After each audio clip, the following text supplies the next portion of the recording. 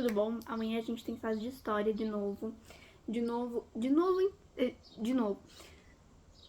SAS passado de história, o último que a gente fez foi de humanismo. Esse SAS é renascimento.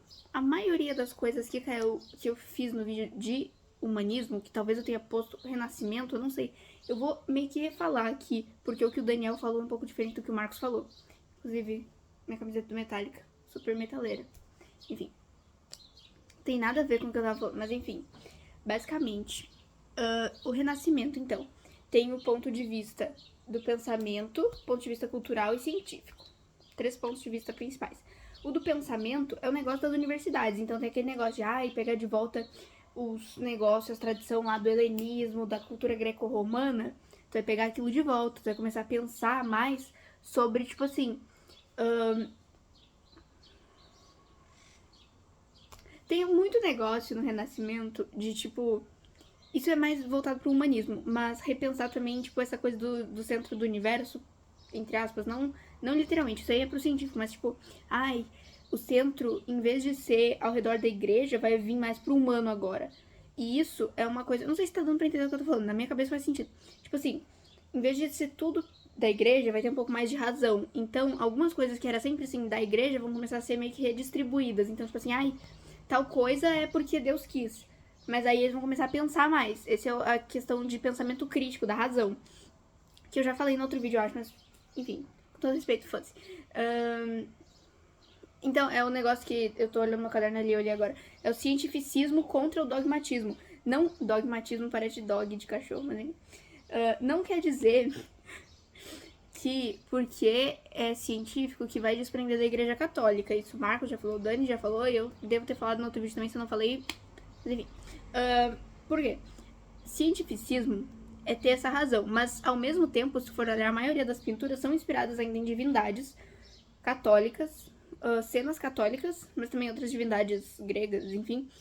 E então ainda tem muito essa questão da religião. Só que é claro que se tu começar a pensar muito sobre algumas coisas, tu vai ver que esses dogmas, na verdade, não são tão reais. Então acaba desprendendo um pouco, acaba enfraquecendo um pouco a igreja, porque tipo, a igreja era toda poderosa, porque se tu não seguisse a igreja, tu morria. Mas aí tu começa a pensar assim, por quê? Por que é a igreja que tá certa? Aí a igreja começa a enfraquecer. Então isso é uma consequência, mas não quer dizer que o foco deles era tipo assim, nossa, a gente vai começar a pensar pra enfraquecer a igreja, não sei o que. Não, eles só queriam pensar. Então, uma dessas coisas, que já puxando um pouco mais pro humanismo do que do Renascimento, né? É a coisa do...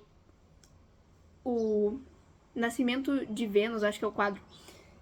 Que se eu tiver muita vontade, eu vou colocar a foto do quadro aqui. Basicamente é uma pintura inspirada na deusa Vênus, né? Só que aí é que tá um traço do humanismo e do Renascimento também. Ela é uma pintura, tipo assim, muito simétrica, proporcional, bonitinha e tudo mais.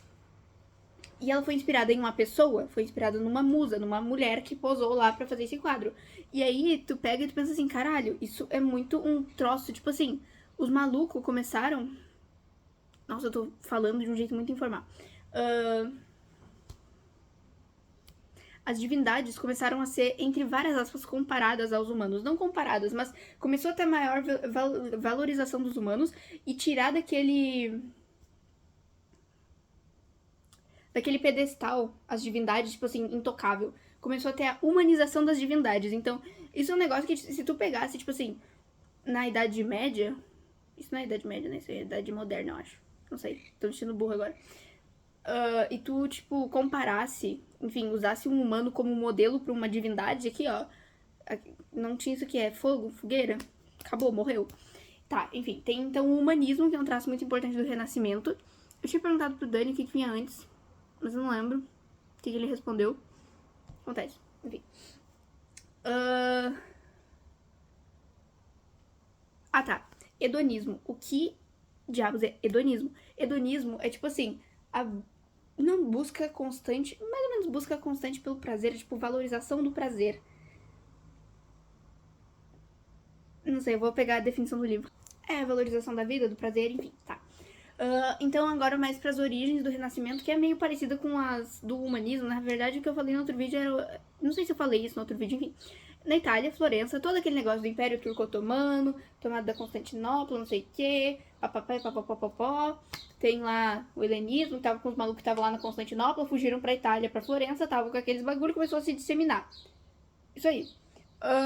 Tá, a única coisa que eu não falei no outro vídeo, e que é diferente, que o Sr. Dani passou, mais ou menos, é, basicamente ele separou, ele não, né, é alguma separação que ele escreveu lá, em 3 partes, o Renascimento Cultural Científico, o 300, 400 e 500.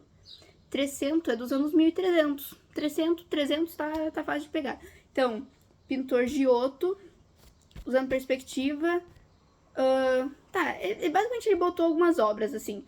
Então, 300 tem ali perspectiva, né, que o Giotto tá usando, Idade das Trevas, que é do Petrarca, e Divina Comédia do Dante. Eu imagino que não tem que decorar isso, até porque, tipo assim, o que é importante saber das obras do Renascimento e do humanismo também é o homem vitruviano, que é aquela imagem, assim, tipo assim, tu pensa em Renascimento, tu vai pensar no homem vitruviano.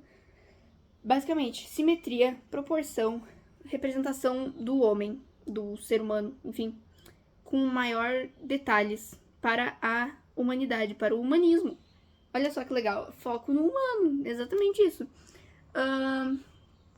Então, no 400 é o mecenato burguês, pintura a óleo da Vinci. Mecenato. O Marcos não falou em aula o que é, o Dani falou uma vez. Basicamente, tem uma folha que o Marcos nos passou. Essa aqui, que tinha uma tabela pra completar. Só que a gente parou de ter aula com ele e ele nunca corrigiu. O Dani não vai corrigir, porque não foi ele que passou, enfim. E eu comecei a fazer ela, eu fiz ela quase inteira. Eu deixei umas partes em branco. Mas, basicamente, tem aqui o que é mecenato. Eu fui olhar no livro, né, pra conseguir completar a folha. O mecenato é, tipo... por causa do mercantilismo, os burgueses, eles ficaram com dinheiro. E no Renascimento, os burgueses que tinham dinheiro patrocinavam os pintores, por exemplo, os intelectuais. Eles patrocinavam, literalmente, mecenatos são os patrocinadores. Patrocinavam as artes, o pensamento, enfim, patrocinavam o movimento, mais ou menos. Claro que não, tipo assim, pensando, vou patrocinar. Dá um dinheiro porque achou show, ou não só porque achou show, mas porque viu que a igreja ia enfraquecer. E os burgueses, tipo assim, é um bagulho meio, tipo, tem ali os caras que são os poderosos, mas eu quero ser poderoso. E eu acho que eu tenho condição de ser poderoso. Eu quero só tirar aquele cara lá de cima e eu vou virar poderoso. Como que eu faço isso? Já tem os malucos que estão enfraquecendo aquele cara lá. Eu vou ajudar eles, porque aí eu vou ser beneficiado se acontecer alguma coisa. Então é mais ou menos isso, tá? Eu acho que é só isso que cai. Tá. Eu não falei o nome. Eu falei várias vezes, mas eu não falei o nome exato. Antropocentrismo. Humano no centro. Ser humano. Antropo é de humano, né? Enfim, é isso. Um beijo. Bom saço. Eu sei que eu já tinha acabado o vídeo, mas eu lembrei de um negócio que eu falei brincando. Eu falei brincando que, tipo, se tu falasse, se tu tentasse comparar um deus a uma pessoa, tu ia pra fogueira na Idade Média. Isso ainda tem na Idade Moderna.